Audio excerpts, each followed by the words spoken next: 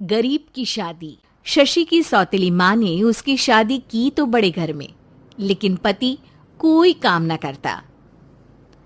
आप ससुर जी के साथ काम पर क्यों नहीं जाते? अब हाँ जाऊंगा, लेकिन कल से। आज जरा मैं दोस्तों के साथ घूमने जा रहा हूँ। शशि के 2 बच्चे होते हैं, लेकिन रमेश का हाल वैसा का वैसा ही रहता है। एक दिन, सुनिए ना, बच्चा रो रहा है, इसके दूध के लिए पैसे नहीं है। अरे तो पिताजी से ले लो ना। क्यों? अगर आप में कमाने की क्षमता नहीं थी तो शादी क्यों की? तभी घर आई बड़ी ननद बोल पड़ती है। आहा हा हा, तुम्हारी माँ को साफ साफ कह दिया था कि लड़का ना कमाता है ना कभी कमाएगा।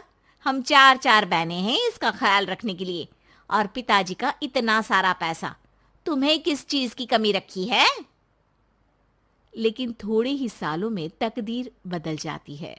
शशि का ससुराल गरीब हो जाता है। सब बिकने के बाद शशि अपने पति, बच्चे और सास के साथ किराए के मकान में आ जाती है। मैं कोई नौकरी करना चाहती हूँ दीदी। अरे इतने बड़े घर की बहू थी शशि, तुम नौकरी करोगी? नहीं नहीं नहीं नहीं। नहीं करूंगी तो घर कैसे चलेगा? बच्चों को भी तो पालना है ना। तभी शशि का भाई आ जाता है। शशि, ये ले राशन का सामान। किसी भी तरह की कोई भी जरूरत हो तो बताना।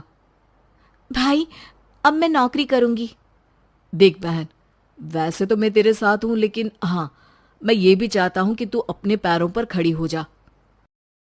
शशि को एक प्ले स्कूल में छोटे बच्चों को संभालने की नौकरी मिल जाती है। एक दिन, शशि, मेरे स्कूल को अब तुम संभाल लो। मैं कुछ दिनों के लिए अपने बेटे के पास जा रही हूं। लेकिन प्ले स्कूल अकेले मैंने कभी नहीं संभाला है। अब ये सब मैं नहीं जानती।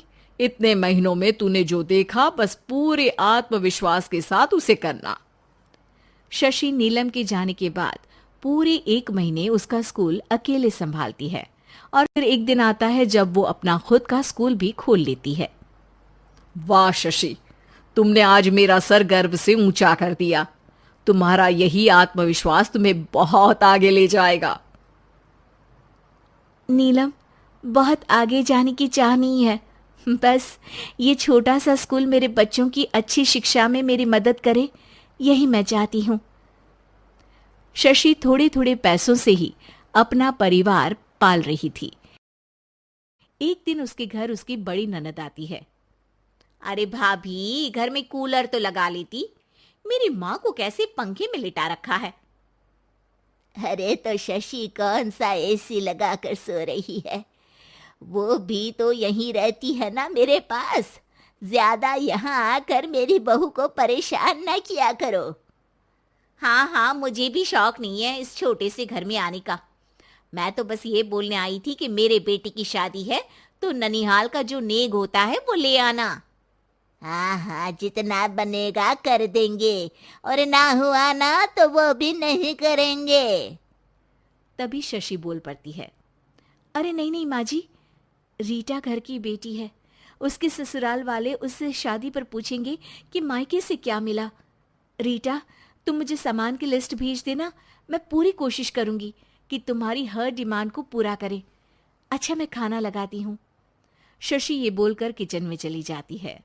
धीरे धीरे कर शशि किसी न किसी तरह अपनी सारी ननदों की डिमांड भी पूरी करती, बच्चों की ख्वाहिशें भी, और उनकी पढ़ाई के लिए पैसे जोड़ती। एक दिन जब शशि का बेटा 12वीं पास करके आता है। माँ, अब तुझे काम करने की जरूरत नहीं है। मैं अब कोई ना कोई नौकरी करके पढ़ाई भी साथ कर लिया करूंगा।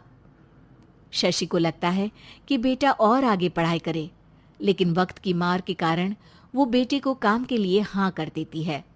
अब बेटा एक बैंक में चपरासी बन जाता है। लड़का देखने में तो बड़ा अच्छा है, अंग्रेजी भी पटर पटर बोलता है, फिर चपरासी क्यों? लड़का सारी बात मैनेजर को बता देता है। अच्छा, तो मैं तुझे एक मौका देता हूँ। तू यहाँ रहकर दूसरे डिपार्टमेंट का भी काम सीख। अगर तू किसी एक का भी काम अच्छे से सीख गया तो मैं तुझे यहाँ टेबल चेयर में बैठने वाली नौकरी दे दूंगा। लेकिन एक दिन शशि की ननद उसे फोन करती है। अरे भाभी, देखो मायका तो मेरा तुम लोगों से ही है। मैंने आपके बेटे और मेरे भतीजे प्रदीप के लिए यहाँ एक नौकरी देखी है, पूरे 5,000 मिलेंगे। वैसे करता ही क्या है, चपरासी ही तो है ना। कोई बात नहीं रीटा, मैं उसे इस शहर के बाहर नहीं भेजना चाहती हूँ। बाकी वो शाम को आएगा तो मैं पूछ लेती हूँ। वहीं प्रदीप मैनेजर की बात से खुश हो जाता है और मैनेजर के काम पर ही नजर रखने लगता है। वो उनकी तरह के पेपर पढ़ता, काम करता और आने वाले लोगों की बातें सुनता। एक दिन बैंक में ऑडिट वाले आते हैं।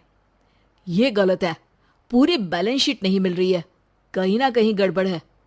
ए मैनेजर, क्या करते हो? बैंक के पैसों का हिसाब सही नहीं है। मैनेजर के पसीने छूट जाते हैं। तभी प्रदीप वहां जाता है। अब क्या मैं ये बैलेंस शीट देख सकता हूँ? अरे बेटा मजाक नहीं, जाओ पानी लेकर आओ एक गिलास। प्रदीप मैनेजर को पानी लाकर देता है और फिर ऑडिटर से कहता है, देखिए सर, मैं आपको बता सकता हूँ कि कैसे बैलेंस शीट को आप लोग गलत तरीके से जोड़ रहे हैं। ऐसा बोलकर प्रदीप एक एक कर सारे डाउट क्लियर कर देता है। अरे हाँ, ये तो पॉइंट हमने देखे ही नहीं थे। गुड, कौन है ये बच्चा? तभी मैनेजर बोल पड़ता है, अब हमारे यहाँ अकाउंट में नया आया है। ऑडिटर के जाने के बाद, वाह प्रदीप, आज तो तुमने मेरी नौकरी बचा ली। और आपने भी तो मेरी नई नौकरी लगा दी, अकाउंटेंट की। बस फिर क्या था, प्रदीप ने एक बार जो सफलता की सीढ़ी चढ़ी, बस चढ़ता ही चला जाता है। फिर एक दिन शशि की ननद, अरे भाभी कैसी हो? घर को तो बड़ा ही सुंदर चमका रखा है। अरे बेटी, कैसे आना हुआ? तू तो इस छोटे से घर में आना भी नहीं चाहती थी। कोई खास काम है क्या?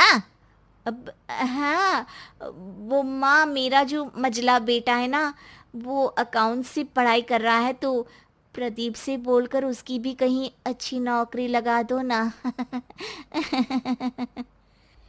सास और शशि समझ जाते हैं कि कैसे पैसे आते ही लोगों के बात करने के तरीके से लेकर रिश्ते निभाने तक में बदलाव आ जाता है।